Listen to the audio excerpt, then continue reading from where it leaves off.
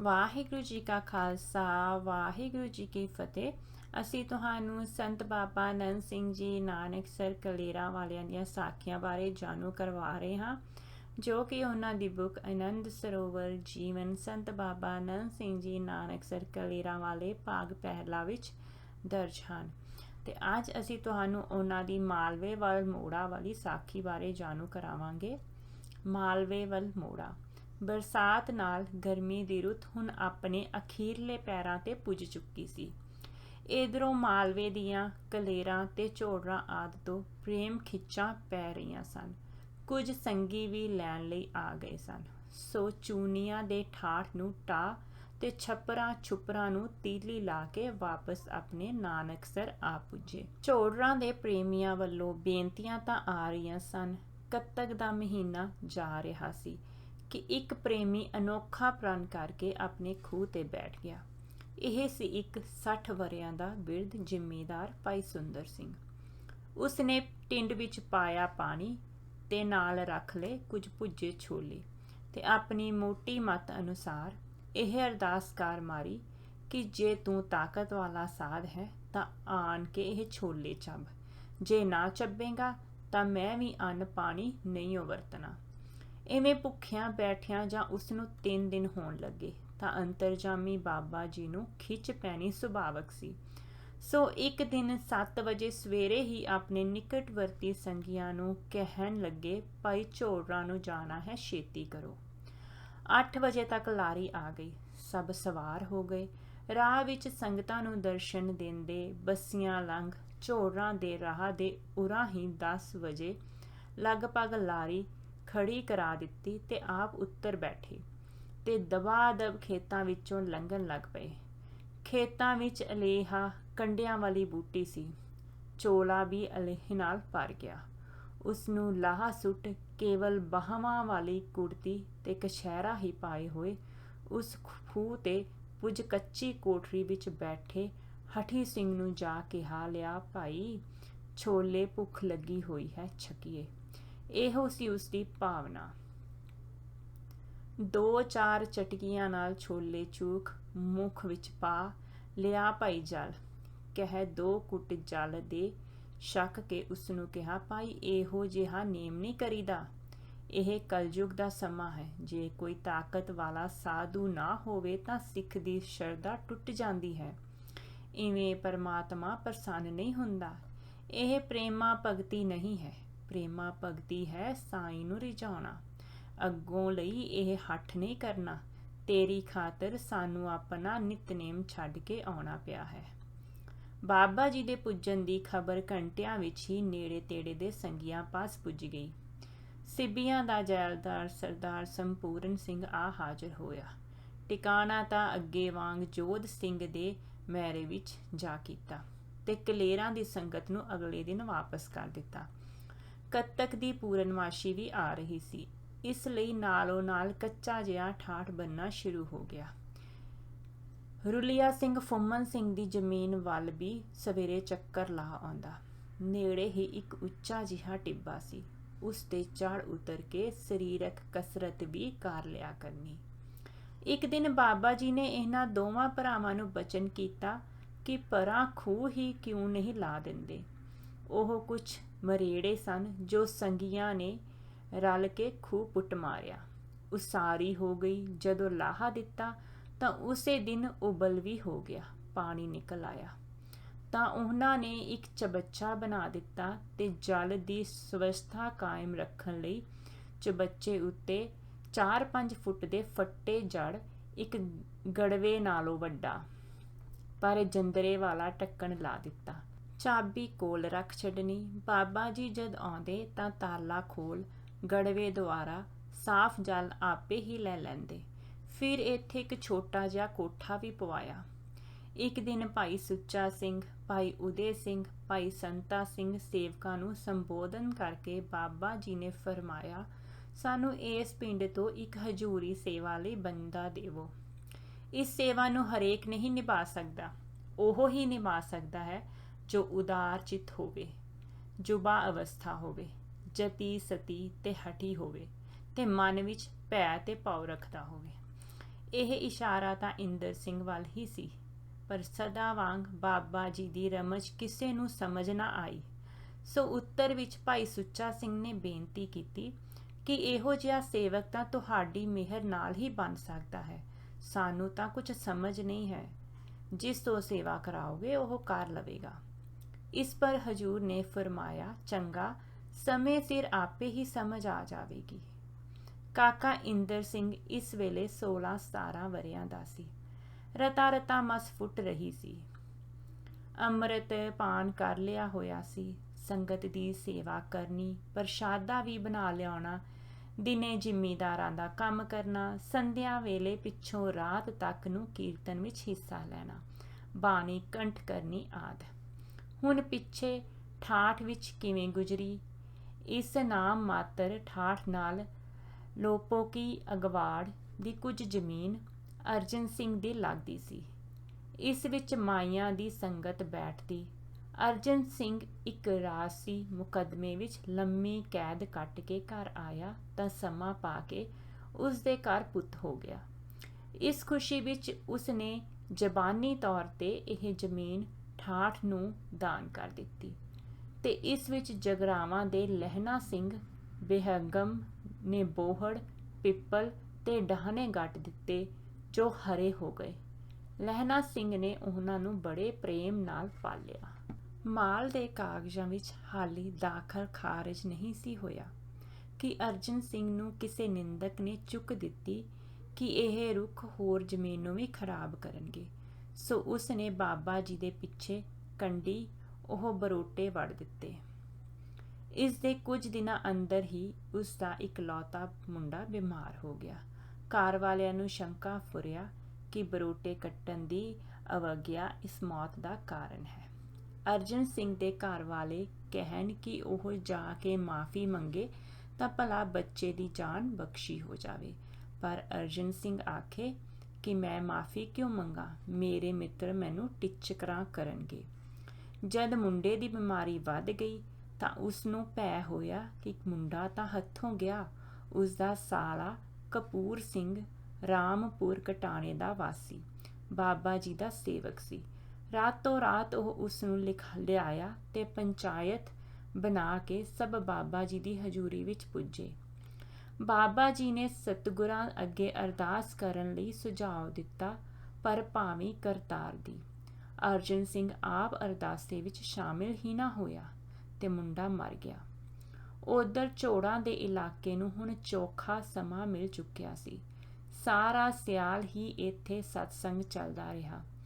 ਚੇਤ ਚੜ ਚੁੱਕਿਆ ਸੀ ਕਿ ਬਾਬਾ ਜੀ ਨੂੰ ਆਸਨ ਚੁੱਕਣ ਦਾ ਦਰਗਾਹੀ ਹੁਕਮ ਮਿਲ ਗਿਆ। ਇੰਨੀ ਦਿਨੀ ਹੀ ਸ਼ਤਰੰਜ ਸਾਹਿਬ ਨਾਮੀ ਇੱਕ ਨਵਾਂ ਗੁਰਦੁਆਰਾ ਬਸੀਆਂ ਨਗਰ ਦੇ ਬਾਹਰ ਨਿਕਲਿਆ ਤੇ ਬਣ ਰਿਹਾ ਸੀ। ਝੋੜਾਂ ਤੋਂ ਆਉਂਦਿਆਂ ਇਹ ਸਥਾਨ ਰਾਹ ਵਿੱਚ ਹੀ ਪੈਂਦਾ ਸੀ। ਸੋ ਸਥਾਨਕ ਸੰਗਤ ਦੀ ਬੇਨਤੀ ਪਰ ਇੱਥੋਂ ਦੇ ਦਰਸ਼ਨ ਕੀਤੇ। ਕੀਰਤਨ ਹੋਇਆਂ, ਬਾਣੀ ਕਰਦਿਆਂ ਗੁਰਦੁਆਰੇ ਦੇ ਬਣਨ ਤੇ ਪ੍ਰਸੰਨਤਾ ਪ੍ਰਗਟ ਕੀਤੀ ਤੇ ਆਪਣੇ ਸੁਭਾਅ ਅਨੁਸਾਰ ਬਾਬਾ ਜੀ ਨੇ ਇਹ ਬਖਸ਼ਿਸ਼ ਦਾ ਬਚਨ ਕੀਤਾ ਕਿ ਬੱਸੀਆਂ ਬਸ ਗਈਆਂ। ਨਾਨਕਸਰ ਠਾਠ ਤੇ ਪੁੱਜਦਿਆਂ ਹੀ ਸਾਰੇ ਪਾਸੇ ਚਹਿਲ ਪਹਿਲ ਹੋ ਗਈ। ਬਾਬਾ ਜੀ ਹਰੇ ਭਰੇ ਰੁੱਖ ਬਿਰਖ ਵੇਖ ਕੇ ਬੜੇ ਪ੍ਰਸੰਨ ਹੁੰਦੇ, ਇਸ ਲਈ ਛਾਂ ਵਾਲੇ ਰੁੱਖ ਲਵਾਉਂਦੇ ਹੀ ਰਹਿੰਦੇ ਸਨ। ਠਾਠ ਪੁੱਜਣ ਬਰੋਟਿਆਂ ਦੇ ਬਹੁਤ ਸਾਰੇ ਟਾਹਣੇ ਮੰਡਲੀ ਵਾਂਗ ਇਕੱਠੇ ਕੀਤੇ ਹੋਏ ਬਰਾਂਡੇ ਵਿੱਚ ਪਏ। ਵੇਖ ਉਹਨਾਂ ਦੇ ਕੋਮਲ ਮਨ ਨੂੰ ਸੁਭਾਵਕ ਹੀ ਸ਼ੌਂਕ ਹੋਇਆ। ਸਾਰਾ ਹਾਲ ਸੁਣਨ ਤੇ ਬਚਨ ਕੀਤਾ ਕਿ ਅਰਜਨ ਸਿੰਘ ਦੀ ਜ਼ਮੀਨ ਵੱਲ ਵਾੜ ਕਰ ਦਿੱਤੀ ਜਾਵੇ।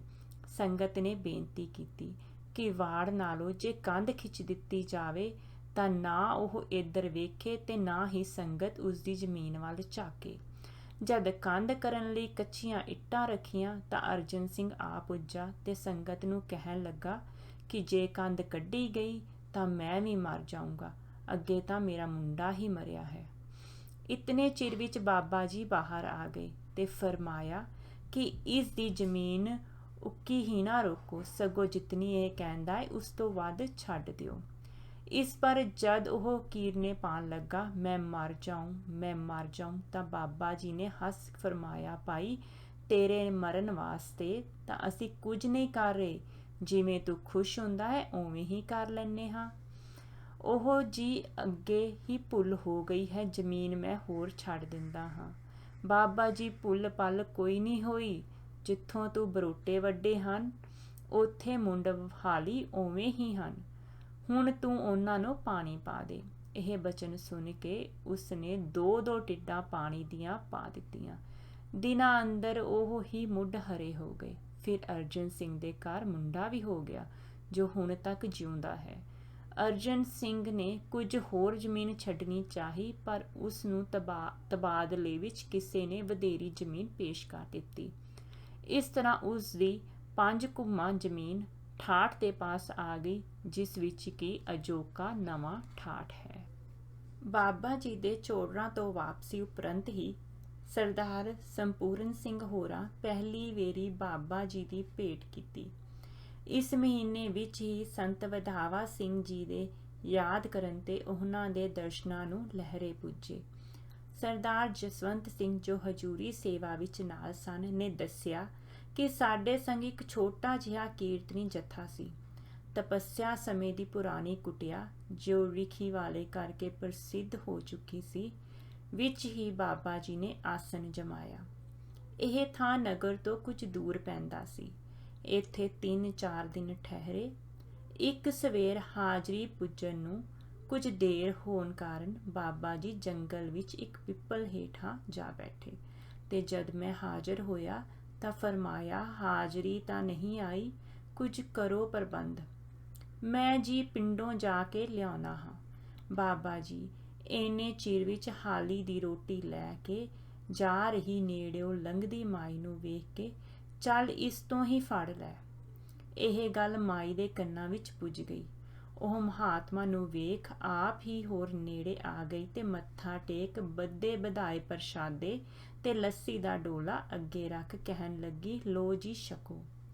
ਆਪਣੇ ਸੁਭਾਅ ਅਨੁਸਾਰ ਬਾਬਾ ਜੀ, ਨਹੀਂ ਮਾਈ, ਤੇਰਾ ਹਾਲੀ ਉਡੀਕਦਾ ਹੋਵੇਗਾ, ਉਸ ਲਈ ਲੈ ਜਾ, ਸਾਡੇ ਲਈ ਤਾਂ ਹੁਣੇ ਪਿੰਡੋਂ ਆ ਜਾਵੇਗੀ। ਮਾਈ, ਨਹੀਂ ਜੀ, ਤੁਸੀਂ ਛਕੋ, ਹਾਲੀ ਵਾਸਤੇ ਮੈਂ ਝੱਟ ਹੋਰ ਲੈ ਆਵਾਂਗੀ। ਬਾਬਾ ਜੀ, ਮੈਨੂੰ ਚੰਗਾ ਭਾਈ, ਫੜ ਲੈ 2 ਪ੍ਰਸ਼ਾਦੇ। ਮੇਰੇ ਅੱਗੇ ਕਰਨ ਤੇ ਬਾਬਾ ਜੀ ਨੇ 2 ਪ੍ਰਸ਼ਾਦੇ ਕੱਢ ਲਏ, ਇੱਕ ਕਣਕ ਦਾ ਤੇ ਇੱਕ ਛੋਲਿਆਂ ਦਾ। ਕਣਕ ਦਾ ਮੈਨੂੰ ਦੇ ਦਿੱਤਾ ਤੇ ਛੋਲਿਆਂ ਦਾ ਆਪ ਰੱਖ। ਮੁਸਕਰਾਉਂਦੇ ਹੋਏ ਕਹਿਣ ਲੱਗੇ ਕਿ ਤੈਨੂੰ ਕਣਕ ਦਾ ਇਸ ਕਰਕੇ ਦਿੱਤਾ ਹੈ ਕਿ ਛੋਲਿਆਂ ਦਾ ਛਕਣ ਨਾਲ ਜੇ ਸਾਨੂੰ ਜੰਗਲ ਵਿੱਚ ਬੈਠਿਆਂ ਤਕਲੀਫ ਹੋ ਜਾਵੇ ਤਾਂ ਤੂੰ ਦੌੜ ਕੇ ਦਵਾਈ ਤਾਂ ਲੈ ਆਵੇਂਗਾ, ਪਰ ਜੇ ਤੈਨੂੰ ਤਕਲੀਫ ਹੋ ਗਈ ਤਾਂ ਕੌਣ ਜਾਵੇਗਾ। ਇਹ ਤਾਂ ਇੱਕ ਚੋਜ ਸੀ ਜਿਸ ਨਾਲ ਮਾਈ ਤੇ ਮਿਹਰ ਕਰਨੀ ਸੀ, ਨਹੀਂ ਤਾਂ ਬਾਬਾ ਜੀ ਨੂੰ ਭੁੱਖ ਕੀ ਆਖੇ। ਬਠਿੰਡੇ ਦੀ ਡਿੱਗੀ। ਲਹਿਰੇ ਤੋਂ ਵਾਪਸ ਮੁੜਦਿਆਂ ਬਠਿੰਡੇ ਸ਼ਹਿਰ ਤੋਂ ਲੰਘਣਾ ਸੀ। ਇੱਥੇ ਇੱਕ ਗਈ ਗੁਜਰੀ ਥਾਂ ਦੇ ਕਿਵੇਂ ਭਾਗ ਜਾਗੇ, ਇਸ ਦਾ ਹਾਲ ਵੀ ਵਿਲੱਖਣ ਹੈ। ਬਠਿੰਡੇ ਸ਼ਹਿਰ ਤੋਂ 2 ਕੁ ਮੀਲ ਪੱਛਮ ਵੱਲ, ਨਹਿਰ ਤੋਂ 200 ਫੁੱਟ ਉੱਤਰ ਵੱਲ ਇੱਕ ਗੋਲ ਜਿਹੀ ਸ਼ਕਲ ਦਾ ਤਲਾ ਬਣਿਆ ਹੋਇਆ ਸੀ। ਤਦ ਤੋਂ ਜਦ ਕਿ ਕਿਸੇ ਵੇਲੇ ਅੰਗਰੇਜ਼ਾਂ ਨੂੰ ਬਠਿੰਡੇ ਦੇ ਨੇੜੇ ਛਾਉਣੀ ਬਣਾਉਣ ਦਾ ਵਿਚਾਰ ਹੋਇਆ, ਪਰ ਪਟਿਆਲੇ ਰਾਜ ਦੇ ਉਜਰ ਕਰਨ ਤੇ ਫਿਰੋਜ਼ਪੁਰ ਛਾਉਣੀ ਬਣਾਈ ਗਈ। ਇਲਾਕੇ ਵਿੱਚ ਇਸ ਤਲਾ ਨੂੰ ਡਿੱਗੀ ਕਹਿੰਦੇ ਸਨ। ਪਾਣੀ ਇਸ ਵਿੱਚ ਹਾਲੀ ਨਹੀਂ ਸੀ ਪਿਆ। ਇਹ 15 ਕੁ ਫੁੱਟ ਡੂੰਘੀ ਸੀ। ਕਦੇ ਵਰਤੀ ਜਾਣ ਕਰਕੇ ਇਸ ਵਿੱਚ ਬਹੁਤ ਮਿੱਟੀ ਜਮ੍ਹਾਂ ਹੋਈ ਤੇ ਪਿਲੱਛੀ ਉੱਗੀ ਹੋਈ ਸੀ। ਵੈਰਾਨ ਪਈ ਹੋਣ ਕਰਕੇ ਇਸ ਵਿੱਚ ਕਈ ਤਰ੍ਹਾਂ ਦੇ ਜਾਨਵਰ, ਸੱਪ ਆਦਿ ਵੀ ਰਹਿੰਦੇ ਸਨ। ਇਹਨਾਂ ਕਾਰਨਾਂ ਕਰਕੇ ਇਹ ਇੱਕ ਨਵੇਕਲੀ ਤੇ ਬੜੀ ਭਿਆਨਕ ਜਿਹੀ ਜਗ੍ਹਾ ਸੀ।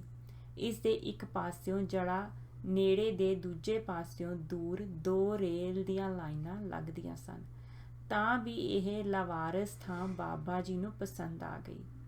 ਇਸ ਵਿੱਚ ਬੈਠਿਆਂ ਹੋਇਆਂ ਨੂੰ ਤਾਂ ਬਾਕੀ ਦੁਨੀਆ ਦਿਸਦੀ ਹੀ ਨਹੀਂ ਸੀ। ਬਠਿੰਡੇ ਸ਼ਹਿਰ ਵਿੱਚ ਗੁਰਮੁਖ ਨਾਮੀ ਇੱਕ ਸੇਠ ਸੀ, ਜੋ ਲਹਿਰੇ ਅਤੇ ਪੁੰਚੋ ਵਾਲੇ ਬਾਬਿਆਂ ਦਾ ਸੇਵਕ ਹੋਣ ਕਰਕੇ ਬਾਬਾ ਜੀ ਦਾ ਜਾਣੂ ਸੀ। ਇਹਨੀ ਦਿਨੀ ਬਾਬਾ ਜੀ ਨੇ ਡਿੱਗੀ ਵਿੱਚ ਚਰਨ ਪਾਏ। ਇਹ ਸੇਠ ਤਾਂ ਚੜ੍ਹਾਈ ਕਰ ਚੁੱਕਿਆ ਸੀ, ਪਰ ਉਸ ਦੇ ਪੁੱਤਰ ਲਕਸ਼ਮਣ ਦਾਸ ਨੇ ਬੇਨਤੀ ਕੀਤੀ ਹੋਈ ਸੀ ਕਿ ਬਾਬਾ ਜੀ ਕਦੇ ਬਠਿੰਡੇ ਵੀ ਦਰਸ਼ਨ ਦੇਣ। ਡਿੱਗੀ ਦੇ ਨੇੜੇ ਇੱਕ ਹੋਰ ਸੇਵਕ ਬਾਬੂ ਠਾਕਰ ਦਾਸ ਦਾ ਬਾਗ ਸੀ। ਲਕਸ਼ਮਣ ਦਾਸ ਦਾ ਆਪਣਾ ਵੀ ਇੱਕ ਬਾਗ ਸੀ, ਪਰ ਉਸਨੇ ਇੱਕੋ ਬੇਨਤੀ ਕੀਤੀ ਕਿ ਜਿੱਥੇ ਵੀ ਬਾਬਾ ਜੀ ਦਾ ਦਿਲ ਪਸੰਦ ਕਰੇ ਬੇਸ਼ੱਕ ਉੱਥੇ ਹੀ ਰਹਿਣ। ਲੋਕ ਬੜੇ ਹੈਰਾਨ ਸਨ ਕਿ ਬਾਗ ਅਤੇ ਕੋਠੀਆਂ ਛੱਡ ਡਿੱਗੀ ਵਿੱਚ ਭਲਾ ਕੀ ਠਹਿਰਨਾ ਹੋਇਆ, ਪਰ ਮਾਲਕਾਂ ਨੂੰ ਇਹੋ ਹੀ ਭਾਉਂਦਾ ਸੀ। ਸੋ ਰਾਤ ਨੂੰ ਹੀ ਖੋਤੇ ਲਾ ਕੇ ਇੱਟਾਂ ਢਵਾ ਲਈਆਂ ਤੇ ਪੱਕੀਆਂ ਪੌੜੀਆਂ ਬਣਾ ਦਿੱਤੀਆਂ। ਅਗਲੇ 2 ਦਿਨਾਂ ਦੇ ਅੰਦਰ ਹੀ ਡਿੱਗੀ ਵਿੱਚ 2 ਕਮਰੇ, ਇੱਕ ਗੁਰੂ ਗ੍ਰੰਥ ਸਾਹਿਬ ਵਾਸਤੇ ਤੇ ਇੱਕ ਬਾਬਾ ਜੀ ਦੇ ਰਹਿਣ ਵਾਸਤੇ ਬਣ ਗਏ ਤੇ ਦੋਵੇਂ ਵੇਲਿਆਂ ਦਾ ਦੀਵਾਨ ਸਜਣ ਲੱਗ ਪਿਆ। ਇਸ ਨੂੰ ਹੀ ਕਹਿੰਦੇ ਹਨ ਜੰਗਲ ਵਿੱਚ ਮੰਗਲ ਹੋਣਾ। ਸਰਦਾਰ ਆਨੰਦ ਸਰੂਪ ਸਿੰਘ, ਤਹਿਸੀਲਦਾਰ ਸੇਠ ਲਛਮਣ ਦਾਸ, ਸਰਦਾਰ ਭਗਵਾਨ ਸਿੰਘ ਤੇ ਸਰਦਾਰ ਦਇਆ ਸਿੰਘ ਬੀੜ ਬ੍ਰਾਹਮਣ ਵਾਲੇ ਪ੍ਰਸ਼ਾਦੇ ਆਦਿ ਵੀ ਬੜੀ ਸੇਵਾ ਕਰਨ ਲੱਗ ਪਏ। ਇਸ ਵੇਰੀ ਕੱਤਕ ਪੂਰਨਮਾਸ਼ੀ ਉਤਸਵ ਇੱਥੇ ਹੀ ਮਨਾਇਆ ਗਿਆ। ਨੇੜੇ ਨੇੜੇ ਦੀ ਸੰਗਤ ਤਾਂ ਰਾਤੋਂ ਰਾਤ ਘਰਾਂ ਨੂੰ ਚਲੀ ਜਾਂਦੀ। ਝੋੜਾਂ ਆਦਿ ਤੋਂ ਬਾਹਰੋਂ ਆਈ ਸੰਗਤ ਹਾਲੀ ਮੁੜੀ ਨਹੀਂ ਸੀ ਕਿ ਸਵੇਰ ਦੇ ਦੀਵਾਨ ਪਿੱਛੋਂ ਬਾਬਾ ਜੀ ਨੇ ਸੰਗਤ ਵਿੱਚ ਬਚਨ ਕਰਦਿਆਂ ਇਹ ਇੱਕ ਅਨੋਖਾ ਪਰਚਾ ਪਾਇਆ, ਨਹਿਰ ਵਿੱਚ ਗੜਵਾ ਡਿੱਗ ਪਿਆ ਹੈ, ਕੋਈ ਕੱਢ ਲਿਆਵੇ। ਹੈ ਕੋਈ ਲਿਆਉਣ ਵਾਲਾ? ਉਸ ਵੇਲੇ ਨਹਿਰ ਨੱਕਾ ਨੱਕ ਵਗ ਰਹੀ ਸੀ। ਉੱਥੇ ਕੋਈ 12 ਫੁੱਟ ਡੂੰਘੀ ਹੋਵੇਗੀ। ਸੰਗੀ ਕੀ ਤੇ ਬੇਗਮ ਕੀ, ਸਭ ਦੀ ਸਮਝ ਤੇ ਕੋਈ ਐਸਾ ਪਰਦਾ ਪਾਇਆ ਕਿ ਕਿਸੇ ਨੂੰ ਇਹ ਪੁੱਛਣ ਦੀ ਹਿੰਮਤ ਨਾ ਪਈ ਕਿ ਦੱਸੋ ਪਾਤਸ਼ਾਹੋ ਕਿੱਥੇ ਡਿੱਗਾ ਹੈ, ਮੈਂ ਛਾਲ ਮਾਰ ਕੇ ਕੱਢ ਲਿਆਉਂਦਾ ਹਾਂ। ਗੱਲ ਗਈ ਆਈ। ਜਦ ਸੰਗਤ ਪ੍ਰਸ਼ਾਦ ਛਕਣ ਲੱਗੀ ਤਾਂ ਬਾਬਾ ਜੀ ਨੇ ਬਚਨ ਕਰਨੇ ਸ਼ੁਰੂ ਕੀਤੇ। ਬਚਨ ਕਰਦਿਆਂ ਸੰਗਤ ਨੂੰ ਜਦ ਤਾੜਨਾ ਕਰਨ ਲੱਗ ਪਏ ਤਾਂ ਭਾਈ ਮੇਵਾ ਸਿੰਘ ਰਾਗੀ ਕਹਿਣ ਲੱਗਾ, ਜੀ ਇਹ ਝੋੜਾਂ ਦੀ ਸੰਗਤ ਅਣਜਾਣ ਹੈ। ਬਾਬਾ ਜੀ, ਤੈਨੂੰ ਤਾਂ ਇਤਨਾ ਚਿਰ ਹੋ ਗਿਆ ਸੰਗਤ ਕਰਦਿਆਂ, ਤੈਂ ਕਿਉਂ ਨਾ ਛਾਲ ਮਾਰੀ? ਸ਼ੇਰਪੁਰ ਦਾ ਭਗਤ ਸਿੰਘ, ਮੇਰਾ ਦਿਲ ਤਾਂ ਕਰਦਾ ਸੀ ਛਾਲ ਮਾਰਾਂ। ਬਾਬਾ ਜੀ, ਹੁਣ ਤਾਂ ਹਰੇਕ ਹੀ ਕਹਿੰਦਾ ਹੈ ਹੁਕਮ ਲੱਖੀ ਕੋ ਹੀ ਚਲਾ ਗਿਆ ਹੈ। ਪਰਦਾ ਘੜੀ ਮੁੜੀ ਨਹੀਂ ਪੈਂਦਾ। ਕਸਵੱਟੀ ਤੇ ਉਤਰਨਾ ਸੌਖਾ ਨਹੀਂ। 50 ਵਰ੍ਹਿਆਂ ਦੇ ਅਸੀਂ ਹੋ ਗਏ ਸਾਂ। ਵੇਖਣਾ ਸੀ ਕਿ ਸਾਡੇ ਕੋਲੋਂ ਲੈਣ ਵਾਲਾ ਕੋਈ ਆਇਆ ਹੈ ਕਿ ਨਹੀਂ। ਚੰਗਾ, ਛਕੋ ਹੁਣ ਪ੍ਰਸ਼ਾਦਾ। ਉਪਰੰਤ ਆਗਿਆ ਲੈ ਬਾਹਰੋਂ ਆਈ ਸੰਗਤ ਘਰਾਂ ਨੂੰ ਚਲੀ ਗਈ। ਡਿੱਗੀ ਤੇ ਅੱਗੇ ਵਾਂਗ ਸਤਸੰਗ ਹੁੰਦਾ ਰਿਹਾ। ਹੁਣ ਦਸੰਬਰ ਦੀ ਪੂਰਨਮਾਸ਼ੀ ਆ ਗਈ। ਇਸ ਵੇਰੀ ਝੋੜਾਂ ਦੇ 8 ਜਣੇ ਰਲ ਕੇ ਪੈਦਲ ਹੀ ਪੁੱਜੇ। ਇਹਨਾਂ ਨਾਲ 2 ਗੱਭਰੂ ਸਨ, ਜਿਨ੍ਹਾਂ ਵਿੱਚ ਇੱਕ ਇੰਦਰ ਸਿੰਘ ਜਿਹੜਾ ਦਿਨੋਂ ਦਿਨ ਬਾਬਾ ਜੀ ਵੱਲ ਧੁਇਆ ਜਾ ਰਿਹਾ ਸੀ। ਕਥਨ ਅਨੁਸਾਰ ਬਾਬਾ ਜੀ ਨੇ ਹਰ ਰਾਤ ਸੁਪਨੇ ਵਿੱਚ ਦਰਸ਼ਨ ਦੇਣੇ। ਸੋਚੀਏ ਕਿ ਰਾਹ ਖੈੜਾ ਖੇਤਾਂ ਵਿੱਚ ਹੈ ਨਹੀਂ। ਇਹ ਕਿਵੇਂ ਆ ਜਾਂਦੇ ਹਨ? ਸੁਭਾਅ ਇਤਨਾ ਭੋਲਾ ਸੀ, ਕਦੀ ਮੈਂ ਬੜਾਉਣ ਵੀ ਲੱਗ ਪੈਣਾ। ਝੋੜਾਂ ਰਹਿੰਦਿਆਂ ਇੱਕ ਵੇਰੀ ਇੰਦਰ ਸਿੰਘ ਦੀ ਮਾਤਾ ਜੀ ਤੋਂ ਬਾਬਾ ਜੀ ਨੇ ਪੁੱਛਿਆ ਸੀ ਕਿ ਉਸ ਦੇ ਕਿਤਨੇ ਪੁੱਤਰ ਹਨ, ਤੇ 5 ਦਾ ਉੱਤਰ ਮਿਲਣ ਤੇ ਕਿਹਾ ਕਿ 1 ਪੁੱਤਰ ਸਾਨੂੰ ਦੇ, 4 ਆਪਣੇ ਰੱਖ ਲੈ। ਇਸ ਪ੍ਰਕਾਰ ਦੀ ਉਧਰੋਂ ਖਿੱਚ, ਇਧਰੋਂ ਕੁਝ ਢਿੱਲ, ਕੁਝ ਸੰਕੋਚ ਤੋਂ ਕੁਝ ਲਾਰਿਆਂ ਲਪਾਰਿਆਂ ਵਿੱਚ ਸ਼ੁਰੂ ਤੋਂ ਹੁਣ ਤੱਕ 2-3 ਵਰ੍ਹੇ ਲੰਘ ਗਏ ਸਨ। ਵਿੱਚੋਂ ਵਿੱਚ ਇੰਦਰ ਸਿੰਘ ਨੇ ਝੋੜਾਂ ਦੀ ਸੰਗਤ ਨਾਲ ਨਾਨਕਸਰ ਵੀ ਜਾਂਦੇ ਰਹਿਣਾ ਤੇ ਕਦੇ ਝਾੜੂ ਦੀ, ਕਦੇ ਜ਼ਮੀਨ ਪੱਧਰੀ ਕਰਨ, ਕਦੇ ਬਾੜ ਵਿੱਚ ਛਿੰਗਾ ਲਿਆਉਣਾ ਦੀ, ਕਦੇ ਰੁੱਖਾਂ ਨੂੰ ਪਾਣੀ ਦੇਣ ਦੀ, ਕਦੇ ਬਸਤਰ ਧੋਣ ਦੀ ਤੇ ਕਦੇ ਜਲ ਕੱਢਣ ਦੀ ਸੇਵਾ ਕਰਨੀ। ਗੱਲ ਕੀ ਕਦੇ ਵਿਹਲੇ ਨਾ ਬਹਿਣਾ। ਹੁਣ ਤੋਂ ਕੁਝ ਹਫ਼ਤੇ ਪਹਿਲਾਂ ਖੱਬੀ ਬਾਂਹ ਤੇ ਇੱਕ ਫੋੜਾ ਨਿਕਲ ਪਿਆ ਸੀ। ਉਹ ਬਹੁਤ ਤੰਗ ਕਰੇ, ਨਾ ਭਰੇ, ਨਾ ਚੀਰਾ ਦਿੱਤਾ ਜਾਵੇ, ਨਾ ਹਟੇ ਤੇ ਨਾ ਹੀ ਕੋਈ ਕੰਮ ਹੋ ਸਕੇ। ਆਖਰ ਬਾਬਾ ਜੀ ਪਾਸ ਅਰਦਾਸ ਕੀਤੀ ਕਿ ਦੁੱਖ ਦੀ ਨਿਵਰਤੀ ਕਰੋ। ਅਰਦਾਸ ਕਰਨ ਨਾਲ ਜਦ ਰਤਾ ਕੁ ਸੁੱਖ ਪ੍ਰਤੀਤ ਹੋਇਆ ਤਾਂ ਅੱਖ ਲੱਗ ਗਈ, ਤਾਂ ਇਉਂ ਪਾਸਿਆ ਕਿ ਬਾਬਾ ਜੀ ਕਹਿ ਰਹੇ ਹਨ ਕਿ ਜੇ ਸੁੱਖ ਲੈਣਾ ਹੈ ਤਾਂ ਆਪਣੀ ਮਾਤਾ ਤੋਂ ਪੁੱਛ ਕੇ ਸਾਡੇ ਪਾਸ ਆ ਜਾ। ਅੱਖ ਖੁੱਲ੍ਹਣ ਤੇ ਸਾਰੀ ਵਾਰਤਾ ਮਾਤਾ ਜੀ ਨੂੰ ਸੁਣਾਈ ਤਾਂ ਮਾਤਾ ਜੀ ਨੇ ਮਨ ਵਿੱਚ ਬੇਨਤੀ ਕੀਤੀ, ਸੱਚੇ ਪਾਤਸ਼ਾਹ ਮੇਰੇ ਲਾਲ ਨੂੰ ਸੁੱਖ ਦੇਵੋ, ਇਹ ਅੱਜ ਤੋਂ ਤੁਹਾਡਾ ਹੈ। ਅਰਦਾਸ ਕਰਨ ਤੇ ਹੀ ਉਹ ਫੋੜਾ ਫਿਸ ਗਿਆ ਤੇ ਪਾਕ ਨਿਕਲਣ ਕਰਕੇ ਸਰੀਰ ਨੂੰ ਸੁੱਖ ਹੋ ਗਿਆ। ਇਸੇ ਤਰ੍ਹਾਂ ਕੀਤੇ ਸੰਕਲਪ ਅਨੁਸਾਰ ਇੰਦਰ ਸਿੰਘ ਝੋਰਾਂ ਦੀ ਸੰਗਤ ਨਾਲ ਰਲ ਕੇ ਐਤਕੀ ਦਰਸ਼ਨਾਂ ਨੂੰ ਆਇਆ ਸੀ। ਪੂਰਨਮਾਸ਼ੀ ਤੋਂ ਅਗਲੇ ਦਿਨ ਸੰਗਤ ਦੇ ਟੁਰਨ ਲੱਗਿਆਂ ਗਿਆਨੀ ਬਚਨ ਸਿੰਘ ਨੂੰ ਬਾਬਾ ਜੀ ਨੇ ਫਰਮਾਇਆ ਕਿ ਇਹਨਾਂ ਦੋਹਾਂ ਮੁੰਡਿਆਂ ਇੰਦਰ ਸਿੰਘ ਤੇ ਜਗੀਰ ਸਿੰਘ ਵੱਲ ਇਸ਼ਾਰਾ ਕਰਦਿਆਂ ਨੂੰ ਵਾਪਸ ਨਹੀਂ ਲੈ ਜਾਣਾ। ਇਸ ਤਰ੍ਹਾਂ ਇਹ ਗੱਭਰੂ ਠਾਠ ਤੇ ਹੀ ਰਹਿ ਪਿਆ। ਇੱਥੇ ਰਹਿੰਦਿਆਂ ਕੀਰਤਨ ਵਿੱਚ ਹਿੱਸਾ ਲੈਣ, ਜਲ ਦੀ ਸੇਵਾ ਕਰਨ ਦਾ ਤਾਂ ਕੰਮ ਸੀ ਹੀ, ਨਾਲ ਸਾਰਾ ਦਿਨ ਸੁਖਮਨੀ ਸਾਹਿਬ ਦੇ ਪਾਠ ਕਰਨ ਤੇ ਸੁਣਾਉਣ ਦੀ ਸੇਵਾ ਵੀ ਮਿਲ ਗਈ ਤੇ ਇਤਨੀ ਨਿਭਾਹੀ ਕਿ 5-5 7-7 ਅਸ਼ਪਤੀਆਂ ਜਾਗੋ ਮਿੱਟੀ ਵਿੱਚ ਹੀ ਕਹਿ ਜਾਣੀਆਂ। ਫਿਰ ਸੁਖਮਨੀਏ ਕਿਰਪਾਲ ਸਿੰਘ ਨੇ ਹਲੂਣਾ ਦੇਣਾ। ਹੁਣ ਜਦ ਮਾਘ ਜਨਵਰੀ ਦੀ ਪੂਰਨਮਾਸ਼ੀ ਆਈ ਤਾਂ ਝੋਰਾਂ ਦੀ ਸੰਗਤ ਵਿੱਚ ਮਾਤਾ ਪ੍ਰਤਾਪ ਕੌਰ ਵੀ ਦਰਸ਼ਨਾਂ ਨੂੰ ਆਈ। ਤਾਂ ਮਤੇ ਮਾਈ ਦਿਲ ਵਿੱਚ ਇਹ ਖਿਆਲ ਨਾ ਕਰੇ ਕਿ ਮੇਰੇ ਗੱਭਰੂ ਮੁੰਡੇ ਨੂੰ ਬੇਹੰਗਮ ਬਣਾ ਲਿਆ ਹੈ। ਬਾਬਾ ਜੀ ਨੇ ਆਪਣੇ ਸੁਭਾਅ ਅਨੁਸਾਰ ਉਸ ਨੂੰ ਕਿਹਾ, ਮਾਈ ਲੈ ਜਾ ਆਪਣੇ ਮੁੰਡੇ ਨੂੰ, ਤੇਰੇ ਘਰ ਦੇ ਕੰਮ ਦਾ ਹਰਜ ਹੁੰਦਾ ਹੋਣਾ। ਮਾਈ ਜੀ ਮੇਰੇ 5 ਪੁੱਤ ਹਨ, ਇਸ ਨੂੰ ਆਪਣੇ ਚਰਨਾਂ ਵਿੱਚ ਹੀ ਰਹਿਣ ਦਿਓ, ਇਸ ਨੂੰ ਸੁਮੱਤ ਬਖਸ਼ੋ। ਇਸ ਤਰ੍ਹਾਂ ਗੱਲ ਪੱਕੀ ਹੋ ਜਾਣ ਤੇ ਕੁਝ ਦਿਨਾਂ ਪਿੱਛੋਂ ਹਜੂਰੀ ਸੇਵਾ ਵੀ ਮਿਲ ਗਈ ਤੇ ਇਹ ਗੱਭਰੂ ਬਾਬਾ ਜੀ ਜੋਗਾ ਹੀ ਹੋ ਗਿਆ ਤੇ ਫਿਰ ਵਾਪਸ ਘਰ ਕਦੇ ਨਾ ਗਿਆ। ਬਾਬਾ ਜੀ ਦੇ ਡਿੱਗੀ ਤੇ ਰਹਿੰਦਿਆਂ ਜਦ ਵਾਰਸਕ ਮੁਰੰਮਤ ਆਦਿ ਲਈ ਨਹਿਰ ਦੀ ਬੰਦੀ ਹੋ ਗਈ ਤੇ ਬਾਕੀ ਪਾਣੀ ਸੁੱਕ ਗਿਆ ਤਾਂ ਨਹਾਣ ਧੋਣ ਛਿੜਕਾਂ ਕਰਨ ਦੀ ਔਕੜ ਆਗ ਹੋ ਗਈ। ਰੇਤਲਾ ਦੇਸ ਸੀ, ਜਰਾ ਕੁ ਹਵਾ ਚੱਲਦੀ ਤਾਂ ਮਿੱਟੀ ਉੱਡਦੀ, ਇਸ ਲਈ ਵੀ ਛਿੜਕਾ ਹੋਣਾ ਜ਼ਰੂਰੀ ਸੀ। ਛਿੜਕਾ ਕਿੱਥੋਂ ਕਰੀਏ? ਜਦ ਸੇਵਕਾਂ ਨੇ ਸ਼ਾਮ ਨੂੰ ਬੇਨਤੀ ਕੀਤੀ ਤਾਂ ਅਗਲੀ ਸਵੇਰੇ ਹੀ ਇੱਕ ਥਾਂ ਤੇ ਬਾਬਾ ਜੀ ਨੇ ਖੁੰਡੀ ਗੱਡ ਕੇ ਫਰਮਾਇਆ ਕਿ ਇੱਥੋਂ ਕੱਢ ਲਵੋ। ਨਹਿਰ ਦੇ ਬੈੜ ਵਿੱਚ ਉਹ ਐਸੀ ਥਾਂ ਨਿਕਲੀ ਕਿ ਬਾਲਟੀ ਭਰ ਲਈਏ ਤਾਂ ਫਿਰ ਉਤਨਾ ਹੀ ਪਾਣੀ ਉਸ ਵਿੱਚ ਆ ਜਾਵੇ। ਮਹੀਨਾ ਭਰ ਨਹਿਰ ਦੀ ਬੰਦੀ ਰਹੀ। ਫਸਲਾਂ ਨੂੰ ਪਾਣੀ ਦੀ ਔਸ ਸੀ। ਇੰਦਰ ਦੇਵਤਾ ਵੀ ਇੱਕ ਅਨੋਖੀ ਉਲਝਣ ਵਿੱਚ ਪੈ ਗਿਆ। ਜੇ ਬਰਖਾ ਕਰੇ ਤਾਂ ਉਸ ਦੇ ਮਾਲਕ ਦੇ ਪਿਆਰੇ ਨੂੰ ਔਖ ਹੁੰਦਾ। ਡਿੱਗੀ ਦੇ ਆਲੇ ਦੁਆਲੇ ਦਾ ਸਾਰਾ ਪਾਣੀ ਰੁੜ ਕੇ ਡਿੱਗੀ ਵਿੱਚ ਪੈਂਦਾ। ਠਾਠ ਟਹਿ ਜਾਂਦਾ ਤੇ ਬਾਬਾ ਜੀ ਨੂੰ ਆਸਨ ਚੁੱਕਣਾ ਪੈ ਜਾਂਦਾ। ਜੇ ਬਰਖਾ ਨਾ ਹੋਵੇ ਤਾਂ ਜਨਤਾ ਦੀ ਆਸ ਦੀ ਡੋਰੀ ਟੁੱਟ ਜਾਂਦੀ। ਸੋ ਉਸ ਨੇ ਦੋਵੇਂ ਪਾਸੇ ਰੱਖਣ ਦਾ ਯਤਨ ਕੀਤਾ। ਜਨਤਾ ਦੀ ਆਸ ਰੱਖਣ ਲਈ ਕਈ ਵੇਰੀ ਬਦਲਾਂ ਦੀ ਘਟਾ ਬਣੀਆਂ, ਪਰ ਬਾਰਿਸ਼ ਦੀ ਬੂੰਦ ਨਾ ਪੈਣ ਦਿੱਤੀ।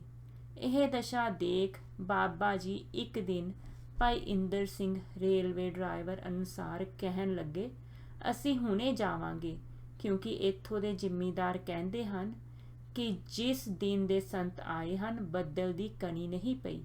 ਉਦਾਸ ਹੋ ਜਦ ਮੈਂ ਬੇਨਤੀ ਕੀਤੀ, ਤੁਸੀਂ ਤਾਂ ਜਾਵੋਗੇ ਪਰ ਸਾਡਾ ਦਰਸ਼ਨਾ ਕਿਵੇਂ ਬਣੇਗਾ, ਤਾਂ ਫਰਮਾਨ ਲੱਗੇ, ਕੋਈ ਗੱਲ ਨਹੀਂ, ਤੁਹਾਨੂੰ ਦਰਸ਼ਨ ਹੁੰਦੇ ਰਹਿਣਗੇ। ਇਵੇਂ ਹੀ ਉਹਨਾਂ ਦੀ ਕਿਰਪਾ ਹੁੰਦੀ ਰਹੀ। ਸੋ ਮਾਘ ਦੀ 6 ਨੂੰ ਪੂਰਨਮਾਸ਼ੀ ਕਰਕੇ ਦੂਜੇ ਦਿਨ ਨੂੰ ਬਾਗਾਂ ਵੱਲ ਪਿਆਨਾ ਕੀਤਾ। ਠਾਠ ਚੁੱਕਣ ਦੀ ਦੇਰੀ ਸੀ ਕਿ ਅਗਲੇ ਦਿਨ ਹੀ ਚੰਗੀ ਵਰਖਾ ਹੋ ਪਈ। ਇਸ ਵੇਰੀ ਬਾਗਾਂ ਦੇ ਬਾਹਰ ਸੰਤਾਂ ਵਾਲੇ ਖੂਹ ਤੇ ਇੱਕ ਵੱਡਾ ਸਾਰਾ ਤੰਬੂ ਲਾ ਕੇ ਠਾਠ ਬਣਾਇਆ। ਇੱਥੇ ਹੀ ਆਣ ਕੇ ਭਾਈ ਇੰਦਰ ਸਿੰਘ ਨੂੰ ਹਜੂਰੀ ਸੇਵਾ ਬਖਸ਼ਣ ਤੋਂ ਪਹਿਲਾਂ ਫਰਮਾਇਆ, ਇੰਦਰ ਨਾਮ ਰਾਸੀ ਹੈ, ਤੈਨੂੰ ਈਸ਼ਰ ਬਣਾਉਂਦੇ ਹਾਂ। ਫਿਰ ਦੇਖਣ ਲਈ ਕਿ ਨਾਮ ਪੱਕ ਗਿਆ ਹੈ ਤਾਂ ਨਹੀਂ ਤਾਂ ਇੰਦਰ ਕਰਕੇ ਆਵਾਜ਼ ਮਾਰ ਦੇਣੀ। ਜਦ ਇੰਦਰ ਸਿੰਘ ਨੇ ਇਸ ਨਾਮ ਤੇ ਵੀ ਬੋਲ ਪੈਣਾ ਤਾਂ ਤਾੜਨਾ ਕਰਨੀ ਕਿ ਕਿਉਂ ਬੋਲਿਆ ਹੈ। ਇਸ ਵੇਰੀ ਝੰਗ ਮਘਿਆਣੇ ਦੇ ਸੰਗੀਆਂ ਨੂੰ 2.5 ਕੁ ਮਹੀਨਿਆਂ ਦਾ ਸਮਾਂ ਦੇਖ ਕੇ ਵਿਸਾਖੀ ਤੋਂ ਪਹਿਲਾਂ ਹੀ ਮਾਲਵੇ ਨੂੰ ਵਾਪਸ ਮੁੜ ਆਏ, ਕਿਉਂਕਿ ਨੇਮ ਅਨੁਸਾਰ ਵਿਸਾਖੀ ਦੇ ਪੁਰਬ ਤੇ ਦਮਦਮੇ ਸਾਹਿਬ ਦੇ ਦਰਸ਼ਨ ਵੀ ਕਰਨੇ ਸਨ। ਇਸ ਅਵਸਰ ਲਈ ਇੱਕ ਬੱਧਾ ਹੋਇਆ ਪ੍ਰੋਗਰਾਮ ਸੀ। ਉਸ ਅਨੁਸਾਰ ਦਮਦਮੇ ਸਾਹਿਬ ਦੇ ਦਰਸ਼ਨ ਕਰਕੇ ਵਾਪਸ ਨਾਨਕਸਰ ਠਾਠ ਤੇ ਆ ਬਿਰਾਜੇ। ਫਿਰ ਝੋੜਰਾਂ ਨੂੰ ਭਾਵੇਂ ਬਾਬਾ ਜੀ ਦੇ ਇਸ ਨਗਰ ਦੀ ਜੂਹ ਵਿੱਚ ਚਰਨ ਪਾਉਣ ਅਤੇ ਸਤਸੰਗ ਚਲਾਉਣ ਨਾਲ ਲੋਕਾਂ ਦੀ ਬਿਰਤੀਆਂ ਵਿੱਚ ਔਖਾ ਫਰਕ ਪੈ ਰਿਹਾ ਸੀ, ਪਰ ਆਪਣੀਆਂ ਕਾਲੀਆਂ ਕਰਤੂਤਾਂ ਕਰਨ ਤੋਂ ਕਲਯੁਗ ਕਦੇ ਬਾਜ਼ ਨਹੀਂ ਆਉਣ ਨੂੰ ਤਿਆਰ ਹੁੰਦਾ। ਸੰਸਾਰ ਦੇ ਨਾਟਕ ਵਿੱਚ ਇਹ ਵੀ ਇੱਕ ਜ਼ਰੂਰੀ ਪਾਤਰ ਹੈ। ਪੁਲਿਸ ਦੇ ਰਿਕਾਰਡ ਅਨੁਸਾਰ ਲਗਭਗ ਇਹ 10 ਪਿੰਡ 10 ਨੰਬਰੀਏ ਸਨ। ਜਗਰਾਓਂ ਥਾਣੇ ਦੇ ਮਾਨੂਕੇ, ਚੱਕਰ, ਰਸੂਲਪੁਰ, ਡੇਹੜਕਾ, ਲੱਖਾ, ਲੰਮਾ, ਮਲਾਹਾ ਅਤੇ ਰਾਏਕੋਟ ਥਾਣੇ ਦੇ ਫੇਰੂ ਰਾਈ, ਝੋੜਰਾ ਤੇ ਨੱਥੋਵਾਲ। ਜ਼ਿਲ੍ਹਾ ਫਿਰੋਜ਼ਪੁਰ ਤੇ ਫੁਲਕੀਆਂ ਰਿਆਸਤ ਦੀ ਸਰਹੱਦ ਦੇ ਉੱਤੇ ਹੋਣ ਕਰਕੇ ਇਹਨਾਂ ਪਿੰਡਾਂ ਨੇ ਵੱਡੇ ਵੱਡੇ ਡਾਕੂਆਂ ਦੇ ਟੋਲਿਆਂ ਦੀ ਸਹਾਇਤਾ ਕਰਨ ਅਤੇ ਖਤਰਨਾਕ ਡਾਕੂਆਂ ਨੂੰ ਪਨਾਹ ਆਸਰਾ ਦੇਣ ਨਾਮਨਾ ਖੱਟਿਆ ਹੋਇਆ ਸੀ। ਮੁੱਦਤਾਂ ਤੋਂ ਮਨੁੱਖਾਂ ਦੀ ਰੁਚੀ ਇਹਨਾਂ ਕੁਕਰਮਾਂ ਤੇ ਕਾਨੂੰਨ ਵਿਰੁੱਧ ਕਾਰਵਾਈਆਂ ਵਿੱਚ ਲੱਗੀ ਹੋਣ ਕਰਕੇ ਸਾਰੇ ਅਸੂਰੀ ਮਨੁੱਖਾਂ ਦਾ ਐਡੀ ਛੇਤੀ ਸੁਧਾਰ ਜਾਣਾ ਅਸੰਭਵ ਸੀ। ਅੱਧ ਅਕਤੂਬਰ ਸੰਨ 1933 ਦੀ ਗੱਲ ਹੈ ਕਿ ਮਾਨੂਕੇ ਤੋਂ ਚੱਕਰ ਪਿੰਡ ਵੱਲ ਜਾਂਦੇ ਇੱਕ ਪੁਲਿਸ ਦੇ ਸਿਪਾਹੀ ਨੂੰ ਇੱਕ ਭਗੌੜੇ ਡਾਕੂ ਨੇ ਦਿਨ ਦਿਹਾੜੇ ਨਹਿਰ ਦੀ ਪਟੜੀ ਤੇ ਕਤਲ ਕਰ ਦਿੱਤਾ। ਇਸ ਦੂਸ਼ਣ ਤੇ ਕਿ ਡਾਕੂਆਂ ਨੂੰ ਪਿੰਡਾਂ ਵਿੱਚ ਬੁਲਾ ਲਿਆ ਜਾਂਦਾ ਹੈ ਤੇ ਉਹਨਾਂ ਨੂੰ ਘਰਾਂ ਵਿੱਚ ਪਨਾਹ ਦਿੱਤੀ ਜਾਂਦੀ ਹੈ। ਉੱਪਰ ਦੱਸੇ ਪਿੰਡਾਂ ਉੱਤੇ 18,000 ਰੁਪਏ ਦਾ ਜੁਰਮਾਨਾ ਪਾ ਕੇ 1 ਵਰ੍ਹੇ ਲਈ ਪੁਲਿਸ ਦੀ ਤਜੀਰੀ ਚੌਕੀ ਬਣਾਉਣ ਦਾ ਫੈਸਲਾ ਸਰਕਾਰ ਵੱਲੋਂ ਕੀਤਾ ਗਿਆ। ਇਸ ਰਕਮ 'ਚੋਂ 1,500 ਕੁ ਜੁਰਮਾਨਾ ਝੋੜਰਾਂ ਤੇ ਪੈਣਾ ਸੀ। ਲੰਬਰਦਾਰ ਸੁੰਦਰ ਸਿੰਘ ਆਦਿ ਅਨੁਸਾਰ ਇਸ ਸਮੇਂ ਇੱਕ ਦਿਨ ਆਪਣੇ ਆਪ ਬਾਬਾ ਜੀ ਝੋੜਰੀ ਆ ਪੁੱਜੇ। ਸਾਨੂੰ ਹੋਰ ਕੀ ਚਾਹੀਦਾ ਸੀ। ਪਤਾ ਲੱਗਣ ਤੇ ਅਸੀਂ ਦੋਵੇਂ ਲੰਬੜਦਾਰ ਸਰਦਾਰ ਹਰਨਾਮ ਸਿੰਘ ਸਫੇਦਪੋਸ਼ ਤੇ ਕੁਝ ਹੋਰ ਸੰਗੀ ਹਾਜ਼ਰ ਹੋਏ। ਉਸ ਸਮੇਂ ਅਜੋਕੇ ਠਾਠ ਦੇ ਨੇੜੇ ਜੋ ਰੇਤਲਾ ਟਿੱਬਾ ਹੈ ਉਸ ਤੇ ਬਾਬਾ ਜੀ ਟਹਿਲ ਰਹੇ ਸਨ। ਸਾਡੇ ਮੱਥਾ ਟੇਕਣ ਤੇ ਬਾਬਾ ਜੀ ਨੇ ਇਸ ਤਰ੍ਹਾਂ ਆਉਣ ਦਾ ਕਾਰਨ ਪੁੱਛਿਆ। ਅਸਾਂ ਬੇਨਤੀ ਕੀਤੀ ਕਿ ਮਾਨੂਕੇ ਆਦਿ ਪਿੰਡਾਂ ਤੇ ਪੁਲਿਸ ਦੀ ਚੌਕੀ ਬੈਠੀ ਹੋਈ ਹੈ ਤੇ ਝੋੜਾਂ ਤੇ ਵੀ ਰੁਪਈਆ ਪਿਆ ਹੈ। ਭਾਵੇਂ ਕਸੂਰ ਸਾਡਾ ਕੋਈ ਨਹੀਂ ਤਾਂ ਅੱਗੋਂ ਫਰਮਾਨ ਲੱਗੇ, ਭਾਈ ਇੱਕ ਚੌਂਕੀ ਜ਼ਰੂਰ ਬੈਠੂਗੀ, ਭਾਵੇਂ ਪਾਪ ਦੀ ਬੈਠੇ ਭਾਵੇਂ ਧਰਮ ਦੀ। ਪਾਪ ਦੀ ਬੈਠੇਗੀ ਤਾਂ ਵਿਹਾਰ ਵਿਗੜੇਗਾ ਤੇ ਪਰ ਲੋਕ ਵੀ ਠੀਕ ਨਹੀਂ ਰਹਿਣਗੇ। ਧਰਮ ਦੀ ਬੈਠੇਗੀ ਤਾਂ ਵਾਹਿਗੁਰੂ ਵੀ ਪ੍ਰਸੰਨ ਤੇ ਕਾਰ ਵਿਹਾਰ ਵੀ ਸੁੱਧ। ਅਸੀਂ ਜੀ ਤੁਸੀਂ ਧਰਮ ਦੀ ਬਿਠਾਓ। ਅੰਤ ਸਿੱਟਾ ਇਹ ਹੋਇਆ ਕਿ ਮਾਨੂਕੇ ਚੌਂਕੀ ਤਾਂ ਬੈਠੀ ਪਰ ਝੋੜਾਂ ਤੇ ਜੁਰਮਾਨਾ ਮਾਫ ਹੋ ਗਿਆ। ਵਾਹਿਗੁਰੂ ਜੀ ਕਾ ਖਾਲਸਾ, ਵਾਹਿਗੁਰੂ ਜੀ ਕੀ ਫਤਿਹ।